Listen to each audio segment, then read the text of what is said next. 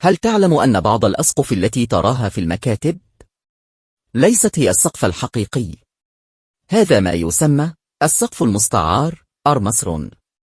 يتكون من هيكل معدني معلق تركب فيه ألواح خفيفة بشكل منظم، ووظيفته ليست جمالية فقط بل عملية جدا، فهو يخفي الأسلاك الكهربائية وأنظمة التهوية والتكييف، كما يوفر عزلا صوتيا جيدا، مما يجعله مثاليا للمكاتب والمحلات.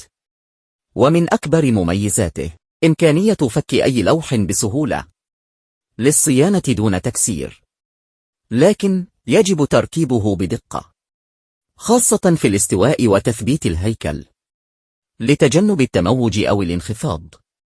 في عالم التشطيب، أحيانا أجمل سقف هو الذي يخفي ما فوقه بذكاء.